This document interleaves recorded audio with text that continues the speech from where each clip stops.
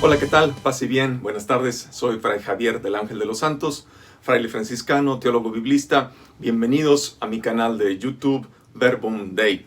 En esta ocasión vamos a comentar el Evangelio correspondiente al Domingo del Bautismo de Jesús, 10 de enero de 2021. El texto está tomado del Evangelio según Marcos, capítulo 1, versos del 7 al 11. Solo 4 versitos, pero muy interesantes. Antes de comentar, quiero compartirles un tip para cuando estudien la Biblia, ¿ok? Los textos bíblicos reciben el nombre técnico de perícopas. Una perícopa puede ser solo un verso o unos pocos versos, o incluso capítulos enteros de la Biblia. Es importante que cuando leas una perícopa, trates de hacer un esquema del texto. Así podrás identificar la trama, temas, personajes, grupos, lugares, tiempos, tradiciones, palabras desconocidas o detalles extraños que forman parte de la narración. Esto te ayudará a varias cosas. Por ejemplo, a conocer y recordar mejor la perícopa, qué sí dice y qué no dice la perícopa, a encontrarle su sentido más original, a identificar otros textos que quizá el escritor haya usado para componerla, y también a encontrar similitudes y diferencias entre la perícopa y otros textos similares. ¿Ok? ¿Cómo se hace esto? Veamos, por ejemplo, el esquema de la perícopa de hoy. Es un pasaje corto, pero muy rico en significado. Marcos 1, del 7 al 11. Podemos dividirlo de la siguiente manera. Número 1. Juan proclama que él es el emisario de otro que viene después de él, en el verso 7. Número 2. Juan describe su bautismo en agua y el de su misterioso sucesor en Espíritu Santo, en el verso 8. Número 3. Juan bautiza a Jesús en el río Jordán, en el verso 9. Y finalmente, número 4, una teofanía pneumática posbautismal y proclamación de la filiación divina de Jesús. Lo voy a repetir eso. Una teofanía significa una manifestación de Dios. Pneumática porque está presente también el Espíritu Santo. Y postbautismal porque ocurre exactamente o inmediatamente después del bautismo de Jesús. Y después viene la proclamación de la filiación divina de Jesús. Tú eres mi hijo, yo te he engendrado hoy. ¿Ok? En los versos 10 y 11. Ahí está. Esta perícopa tan cortita, tan sencilla, ¿sí? Podemos esquematizarla de esa manera. Con esta división en mente, ahora sí podemos proceder a analizar con cuidado todos los elementos de la perícopa. Comencemos entonces nuestro estudio bíblico. Este año litúrgico corresponde al Evangelio según Marcos, el cual se leerá casi todos los domingos. Con el domingo del bautismo de Jesús termina el tiempo de Navidad y comienza el tiempo ordinario. Así es, hace apenas 2 semanas, ¿verdad? Celebrábamos el nacimiento de Jesús y ahora ya estamos celebrando su bautismo como un adulto. Creció bien rápido, ¿verdad? El relato del bautismo de Jesús se encuentra en los 4 evangelios canónicos, aunque con notables diferencias entre sí. Esto significa que este evento era muy importante para las diversas comunidades cristianas primitivas. Al igual que los otros 3 evangelistas, Marcos ha presentado a Juan el Bautista como el precursor inmediato de Jesús. Marcos nos dice que Jesús se distingue de Juan por 3 cosas. La primera, por la cualidad, es más fuerte que yo. La segunda, por su dignidad. Yo no soy digno, dice Juan. La tercera, y la más importante, por su actividad. Él, dice Juan, los bautizará con Espíritu Santo. Ya desde el principio de la perícopa, encontramos una frase rara, pero que normalmente pasamos por alto. Dice Juan: no soy digno de desatarle inclinándome la correa de sus sandalias. Hay que comprender qué significa esta frase, porque está basada en 2 costumbres judías. Atención aquí, la ley del levirato y el rito de traspaso de propiedad. ¿Okay? El rito de descalzamiento, que era un rito de traspaso de propiedad. Analicemos esto un poco. En la ley judía, la Torá, que no se te olvide, la ley judía se llama en hebreo Torá, ¿ok? Existía la ley matrimonial del levirato, llamada así por la palabra levir, que en hebreo significa cuñado. Lo puedes encontrar en Deuteronomio capítulo 25, versos del 5 al 9, y en el libro de Ruth capítulo 4. ¿Qué dice esta ley del levirato? Cuando una mujer quedaba viuda y sin hijo o hijos, el hermano siguiente del difunto, es decir, el cuñado de la viuda, tenía la obligación de tomarla por esposa y de embarazarla para conservar la descendencia y el nombre del hermano difunto. El niño debía llevar el nombre del padre difunto y así perpetuarlo en el pueblo de Israel para siempre, ya que morir sin descendencia era una señal de deshonra e incluso se consideraba por algunos como castigo divino para la persona que no podía tener hijos. ¿Ok? Ver, por ejemplo, el libro de Ruth en el capítulo 4, verso 10. En la cultura del judaísmo del segundo templo, que es el periodo del judaísmo al que pertenece Jesús, la mujer era considerada como propiedad del hombre, del marido, y se le adquiría pagando una determinada cantidad por ella al cerrar el contrato matrimonial con su padre. Cuando el cuñado rechazaba casarse y embarazar a la viuda, ella entonces recurría al otro cuñado que seguía en la escala jurídica, es decir, el que seguía en edad después del que la había rechazado. Pero para hacerlo, atención aquí, debía de proceder a una ceremonia llamada rito del descalzamiento, que era un rito de traspaso de propiedad. ¿En qué consistía este rito? La mujer, una vez que sabía que su cuñado no iba a tomarla por esposa y que no iba a engendrar hijos con ella, iba a la puerta de la casa donde se reunían los ancianos, los jueces del pueblo, y les exponía su causa. Ellos hablaban con el hermano del difunto para tratar de convencerlo de casarse y de engendrar hijos con la mujer. Y si éste se rehusaba a cumplir con su obligación, entonces la mujer, su cuñada, delante de los ancianos y de su familia, le desataba, se arrodillaba, se inclinaba en el suelo, le desataba una sandalia del pie, se la quitaba, le escupía a la cara y le decía: así se hace con el hombre que no edifica la casa de su hermano. Lo encuentras esto en Deuteronomio capítulo 25, verso 9.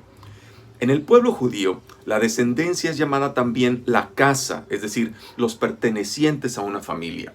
Así, el cuñado perdía su derecho sobre la mujer, sobre esa mujer, su cuñada, y ella quedaba libre para casarse, ya fuera con otro de sus hermanos o inclusive con alguien de otra familia. Ahora sí, entendiendo estas dos prácticas legales y rituales, se comprende mejor la expresión de Juan Bautista: no soy digno de desatarle la correa de sus sandalias. No significa una muestra de humildad de Juan ante Jesús, como tantas veces lo hemos escuchado por ahí. No, el evangelista está empleando un modismo de la época, basado en dos costumbres que todos conocían, ¿sí? La ley del levirato y la ceremonia del descalzamiento, para decirnos que quien tiene el derecho de desposar a este nuevo pueblo y de engendrar hijos de Dios, no es Juan el Bautista, sino el que viene después de él, es decir, Jesús. El evangelista nos está hablando aquí de un aspecto de la misión de Jesús. Jesús va a consumar la relación de alianza, entiéndase, entendida como matrimonio, entre Dios y la humanidad. Y esto no tiene nada de raro. La imagen de la relación Dios como esposo y el pueblo como esposa, ¿sí? Esta relación entendida como alianza, es decir, como matrimonio, es un tema frecuente en los profetas. Por ejemplo, lean el libro del profeta Oseas en el capítulo 2. Y esta imagen de la alianza como matrimonio se contrapone a la otra imagen de la alianza que tiene un carácter un poco más jurídico y ritual, y que era la que preferían algunos miembros de la casta sacerdotal para justificar su control sobre el pueblo, del pueblo de Israel. ¿Ok? Entonces, Juan Bautista anuncia que el verdadero esposo de este pueblo no es él, sino Jesús. Juan no puede desatar la correa de la sandalia porque no le pertenece a él el derecho de tomar al pueblo, esposa, como suyo.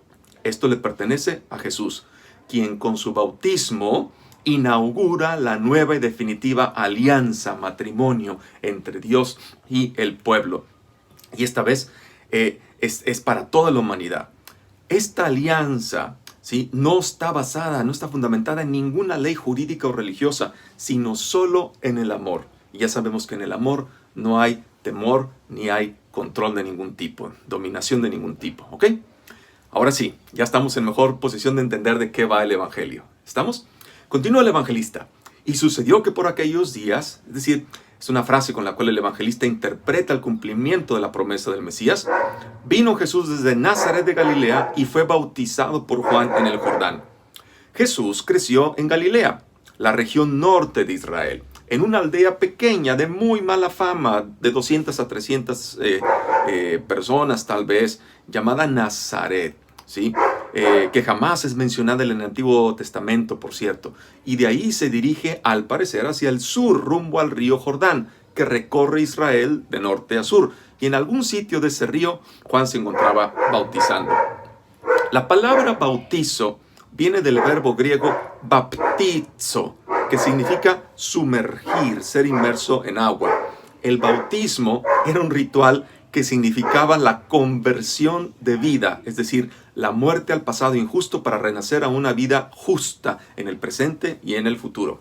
Sabemos que en tiempos de Jesús había otros grupos que practicaban el ritual del bautismo. Por ejemplo, los esenios que vivían en Qumran, en la costa noroeste del Mar Muerto.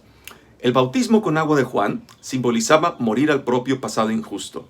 El bautismo de Jesús, en cambio, significa un compromiso de entregar su propia vida de ahora en adelante hasta las últimas consecuencias, ¿sí?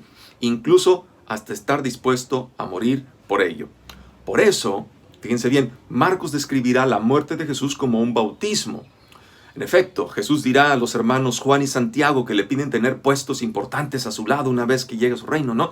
Lo están malentendiendo y les dice Jesús: ¿pueden beber el cáliz que yo bebo y recibir el bautismo con el que yo soy bautizado? En Marcos 10:38. Los verbos están en presente, no en futuro, ¿ok?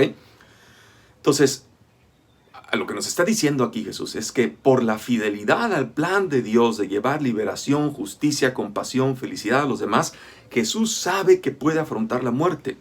Y en efecto, Marcos nos mostrará a lo largo de todo su evangelio que Jesús está dispuesto a trabajar completamente por el bien de la humanidad, incluso poniendo su propia vida en riesgo, a fin de liberar a las personas de las situaciones de injusticia y opresión, tanto física como espiritual.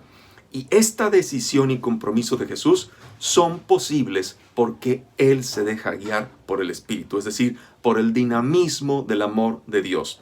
Por eso, la voz, ¿sí? La voz del Padre lo reconoce como su Hijo amado. Tú eres mi Hijo amado, en ti me complazco. Continúa el texto. En cuanto salió del agua. El término correcto no es salir, sino subir del agua. Anabainon, dice el texto en griego, subiendo. Ser bautizado significa sumergirse, descender a la muerte. Jesús, después de sumergirse, inmediatamente sube. Algunos comentaristas ven en esta escena una referencia a la resurrección. ¿Por qué? Porque Jesús no será preso de la muerte.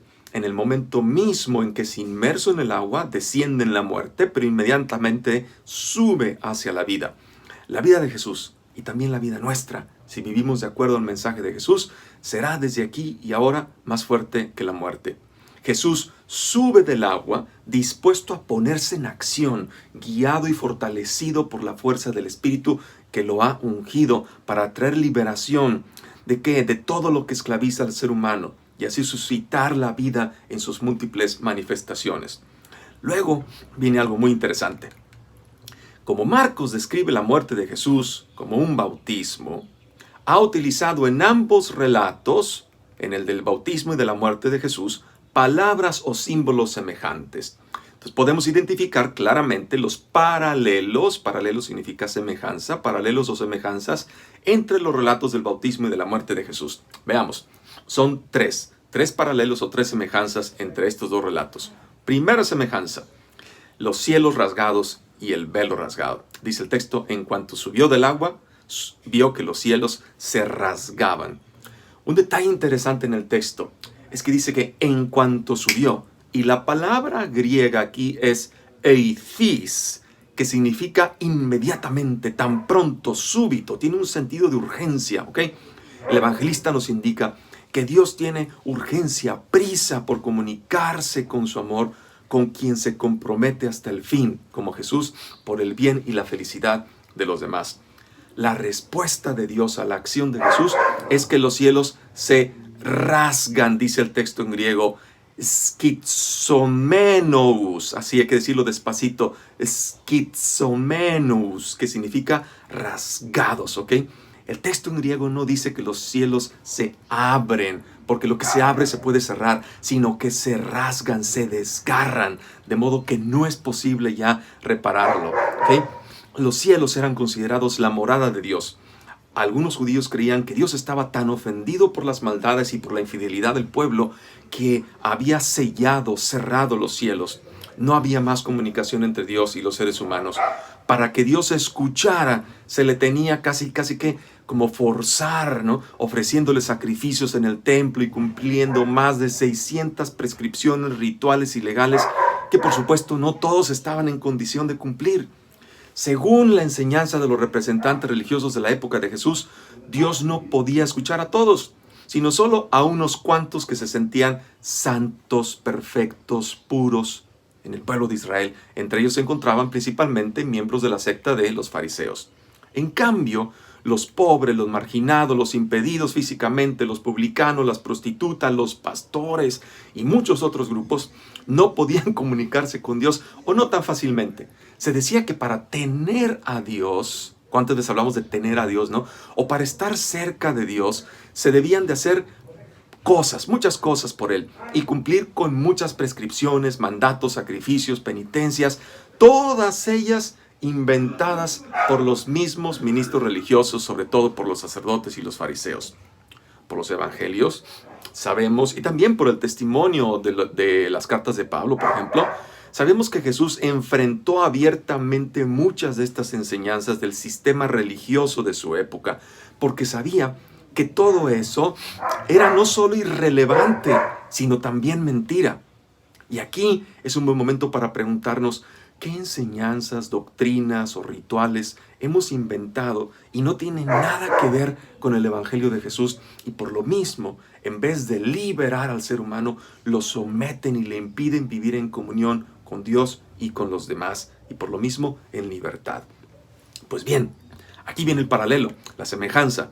El mismo verbo rasgar, desgarrar, lo encontraremos también en el capítulo 15 de Marcos, en el momento de la muerte de Jesús, cuando dice, el velo del templo se rasgó en dos de arriba hasta abajo, Marcos 15:38. ¿Cuál es el significado de que se rasgue este velo? El velo del que habla el evangelista servía para separar en el templo de Jerusalén el lugar santo de el santo de los santos, el recinto más sagrado del judaísmo, la estancia donde se creía que habitaba la presencia misma de Dios. Si el velo del templo se rasga, significa que el Dios que el templo pretendía esconder en un recinto no está ahí, sino que se ha manifestado definitivamente en Jesús crucificado, en Jesús que está dispuesto a morir por fidelidad a su evangelio, a su mensaje de amor. Esto significa que con Jesús la comunicación entre Dios y nosotros será continua, constante y creciente. Ya no tiene barreras ni obstáculos. De ahora en adelante no hay fronteras entre el mundo divino y el mundo humano. En Jesús y a través de la acción de Jesús se establece la comunicación definitiva entre Dios y la humanidad. Lo que está rasgado ya no se puede cerrar, ya no se puede reparar, ¿no? Porque no queda bien, no queda igual. Ya no hay más dos mundos o dos dimensiones, la divina y la humana, sino una sola dimensión. Dios habita entre nosotros para que nosotros habitemos con Dios, desde aquí y desde ahora, amando como Él nos enseñó. El abismo, ese abismo que se había creado entre la humanidad y Dios, ese abismo abierto por una imagen distorsionada e injusta de Dios que provocaba también tantas injusticias, queda suprimido para siempre. Los cielos y el velo se han rasgado. Dios no puede ser escondido ni contenido por distancias, ni lugares, ni rituales, por más sagrados que parezcan, porque, atención aquí, lo auténticamente sagrado para Dios es la vida humana toda, en su aquí y en su ahora concretos. Por eso, Dios es para todos. No excluye a nadie y siempre quiere la felicidad, la paz, la libertad, la justicia, la vida para todos. Este es el Dios de Jesús y es el único Dios en el que creemos, ¿ok? Ese fue el primer paralelo, la primera semejanza. Vayamos ahora, muy rica, ¿verdad? Y hay mucho más, pero ahí le dejamos, ¿no? La segunda semejanza o segundo paralelo, espíritu recibido y espíritu expirado. Dice el texto, y el espíritu en forma de paloma, vio que el espíritu en forma de paloma bajaba a él o sobre él. ¿Por qué como una paloma? La frase bajar como paloma es una metáfora que se refiere a la querencia o a la preferencia de la paloma por su nido. Significa que el lugar natural donde habita el Espíritu de Dios o Dios mismo es Jesús. Y como Él, todo hombre y mujer que se entregan por amor a los demás. Nosotros somos el hábitat natural de Dios. Esto hay que gritarlo fuerte. Nosotros somos el hábitat natural de Dios. Nuestra humanidad no es impedimento, sino la condición para que Dios habite en y entre nosotros. A Dios le importa la humanidad, la carnalidad de la vida, al grado de que Jesús, el Logos de Dios, habitó en ella y entre nosotros, como dirá el Evangelio según Juan, ¿ok? Por eso, Jesús se dedicó a liberar la totalidad de la vida de la gente de todo dolor, sufrimiento, opresión, fuera física o espiritual. Bien importante que recordemos eso, ¿ok? La palabra espíritu en griego se dice pneuma y en hebreo ruach. Y significa aliento, viento, soplo y por extensión vida, vitalidad, fuerza, energía. Si hay aliento, hay vida, hay fuerza y energía. La palabra santo en griego se dice hagios y en hebreo viene del verbo kadash o también kadesh y del sustantivo kadash, que significa santo o consagrado, es decir, la cualidad de estar separado de algo para ser designado a una actividad o misión específica. En el Antiguo Testamento y también en los antiguos escritos, y también en los escritos del Nuevo Testamento, como la perícopa de hoy, el Espíritu Santo, también llamado a veces Espíritu de Dios, designa la vida, la energía, la potencia misma de Dios, que los autores presentan como un agente externo, ejecutando las órdenes de Dios. La tradición cristiana ha visto en el Espíritu Santo a la tercera persona de la Trinidad. El libro del Génesis dice que el Espíritu de Dios se cernía, ¿sí? Se posaba, no estaba por encima sobre las aguas. En Génesis 1:2, esas aguas del caos primordial. Y ahí está el Espíritu listo para empezar su acción creadora. El descenso del Espíritu sobre Jesús significa que en Jesús se realiza la nueva y definitiva creación. En Jesús como primicia y en nosotros también se logra la plenitud de la creación. Todo sin importar nuestra condición, por la fuerza del Espíritu, podemos ser, fíjate, recreados en hijos e hijas de Dios. ¿Cómo? Por el amor que manifestamos a los demás, a fin de lograr una vida que es capaz de superar la muerte. Y este Espíritu baja sobre Jesús, poseyéndolo, inundándolo, consagrándolo, ungiéndolo. Algunos de entre el pueblo judío esperaban un Mesías que los liberara de la opresión romana. La palabra Cristo, en griego Christos, es la traducción del hebreo Mesías, Mesías, que significa ungido. En el Antiguo Testamento se ungía derramando aceite sobre la cabeza de aquellos que tenían una misión importante que cumplir para el pueblo, por ejemplo, reyes o guerreros. En la tradición judía, un Mesías era considerado un enviado de Dios, un ungido del Señor para realizar alguna obra en especial. En ese tiempo de ocupación romana en el que vivió Jesús, algunos esperaban que el Mesías fuera el liberador de Israel, tal como aparece en Lucas 24:21 o en Hechos 1:6. Y este liberador se pensaba que iba a expulsar a los romanos y le devolvería al pueblo judío su tan anhelada independencia y libertad. El bautismo de Jesús es el momento de su unción por el Espíritu para consagrarlo a una misión especial, pero de eso hablaremos un poquito más adelante, ¿ok? Mantengan esa idea ahí. Pues bien, la misma palabra espíritu, la encontramos, aunque un poquito velada, en el momento de la muerte de Jesús, cuando el evangelista escribe: Jesús, lanzando un fuerte grito, expiró. ¡Oh! Expiró, en Marcos 15:37. Fíjate, ningún evangelista escribe textualmente Jesús murió, sino que para expresar la muerte de Jesús, todos usan formas diferentes para hablar de esa realidad. Antes de los evangelios sabemos que el verbo expirar no se usaba para hablar de la muerte de una persona. Expirar significa sacar o echar fuera, comunicar el fuego, el aliento, el espíritu. Y este espíritu, esta fuerza amorosa que Jesús ha recibido en el bautismo, lo comunica también en el momento de su muerte a todos cuantos quieren recibirlo. El espíritu, el amor de Jesús, que es el mismo amor de Dios, está disponible para todos cuantos quieren vivir, para todos los que quieren vivir guiados o inspirados por Él. Juan el Evangelista desarrollará aún más teológicamente este acto de Jesús, diciendo, entregando el espíritu, ¿sí?, al momento de morir. ¿Sí? En Juan 19:30. Tercer paralelo o semejanza: Hijo amado e Hijo de Dios. Dice el texto: y se oyó una voz que venía de los cielos: tú eres mi Hijo amado, en ti me complazco. El evangelista utiliza la imagen de la voz de Dios que se revela como Padre y declara a Jesús como su Hijo amado. Aquí se nos presenta un ejemplo de cómo hay que estar atentos a los textos del Antiguo Testamento que los evangelistas utilizaron para redactar sus relatos. Otro tip muy importante al momento de estudiar la Biblia, ¿ok? ¿Por qué? Porque esto nos ayuda a entender mejor cuál es la idea, tema o teologías que el evangelista quiere comunicar. Marcos ha unido aquí dos textos del Antiguo Testamento, tomados del Salmo 2, verso 7 y de Isaías 42, 1 y siguientes, ¿ok?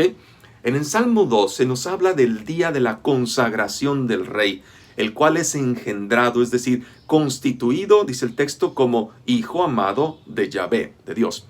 En el texto de Isaías, que por cierto hemos escuchado en la primera lectura, se nos habla de el siervo de Yahvé, a quien él sostiene, elige, en quien se complace y sobre quien ha puesto su espíritu para que ejerza la justicia. Atentos a ese texto de Isaías, ¿ok?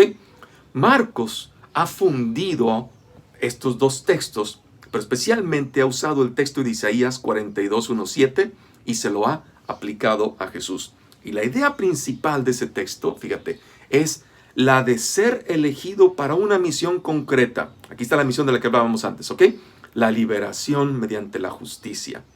El Evangelio nos está hablando nada más y nada menos que de la identidad y la misión de Jesús. En esta frase, tú eres mi Hijo amado, en ti me complazco, el evangelista ha enlazado dos ideas fundamentales. La figura del Rey Mesías, en el Salmo 2, versos 2 y 7, que encarnaba la salvación para Israel, y la del siervo o servidor, la salvación para todas las naciones, que encontramos en Isaías capítulo 42, verso del 1 al 7. ¿Okay? Rey indicaba triunfo, siervo o servidor indicaba entrega, compromiso, incluso hasta la muerte. ¿Okay? Al unirse en la persona de Jesús estos dos elementos, estos dos rasgos, se comprende que la idea del Mesías que tenía Marcos y también los demás evangelistas no coincidía con la que tenían los judíos que no aceptaron a Jesús. Jesús Mesías no va a dominar, sino a servir al ser humano. Dice más adelante Marcos, tampoco el Hijo del Hombre, o sea Jesús, ha venido a ser servido, sino a servir y a dar su vida, en Marcos 10:45. La misión para la cual Jesús ha sido ungido, es decir, hecho Mesías, es ¿para qué? Para traer la liberación mediante el amor, la sanación, la justicia, la defensa del pobre y el explotado. Dios consagra a Jesús como Mesías, como Cristo, como ungido con el Espíritu en el momento de su bautismo para instaurar no el reino político de Israel, sino el reinado de Dios. Hablemos un poco del Hijo amado. El Hijo amado es el que hereda todo del Padre. En la cultura judía, el Hijo no es solo el que ha sido engendrado biológicamente por su Padre, sino sobre todo el que adopta los valores y el comportamiento de su Padre.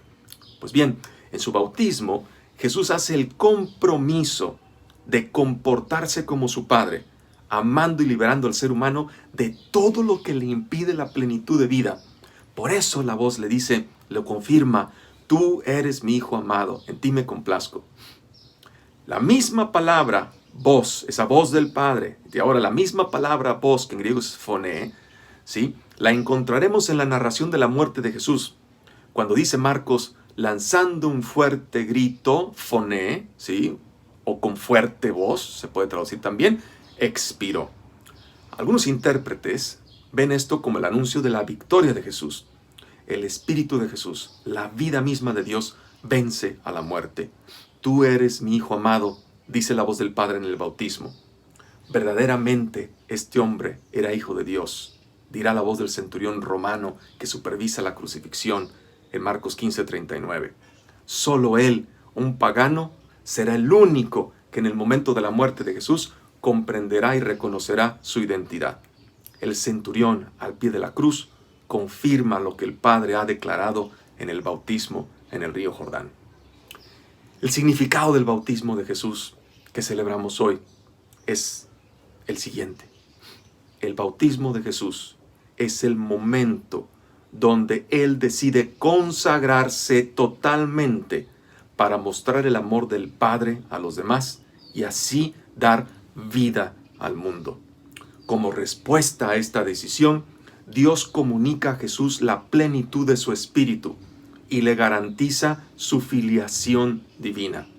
Así, Jesús vivirá una existencia de servicio total por amor, que lo volverá capaz de superar la muerte. Por eso, el evangelista en el momento del bautismo anticipa lo que será el momento de la muerte de Jesús, el momento en el que la filiación divina de Jesús es reconocida y proclamada a todas las naciones, representadas por el centurión romano. Pero esta transformación, fíjate bien, esta transformación que ocurre en el bautismo de Jesús es también para todos nosotros, si así lo queremos. El bautismo de Jesús nos debe hacer recordar nuestro propio bautismo. En nuestro bautismo ocurrió lo mismo que en el bautismo de Jesús. Fuimos ungidos por el Espíritu Santo, ¿sí?, con el Santo Crisma y constituidos hijos e hijas de Dios. La declaración del Padre, tú eres mi Hijo amado, en ti me complazco, fue y es también para nosotros hoy, si hacemos el compromiso de invertir, de gastar, de dedicar nuestra propia vida en el servicio amoroso a los demás para su liberación integral, como lo hizo Jesús. A nosotros nos toca hoy identificar cuáles son aquellas cosas de las que tenemos que liberarnos y liberar a otros, ayudar a que otros se liberen para que puedan tener una vida más justa, pacífica, saludable, amorosa, compasiva y feliz, asumiendo también todas las posibles consecuencias de ese compromiso. La pregunta es, ¿estamos dispuestos? Y yo sé que muchos de ustedes ya lo están haciendo, ¿verdad? Ya lo están haciendo y este es un llamado, un recordatorio, el Evangelio de hoy, a la fidelidad. ¿Ok? Muy bien. Hasta aquí mi contribución con el comentario. Les agradezco mucho que me hayan acompañado. Recuerden cuando vean el video, darle like, compartir, suscribirse. Muy importante suscribirse y darle clic a la campanita. Así cada vez que yo suba un nuevo video, ustedes recibirán una notificación de que ahí está ya disponible.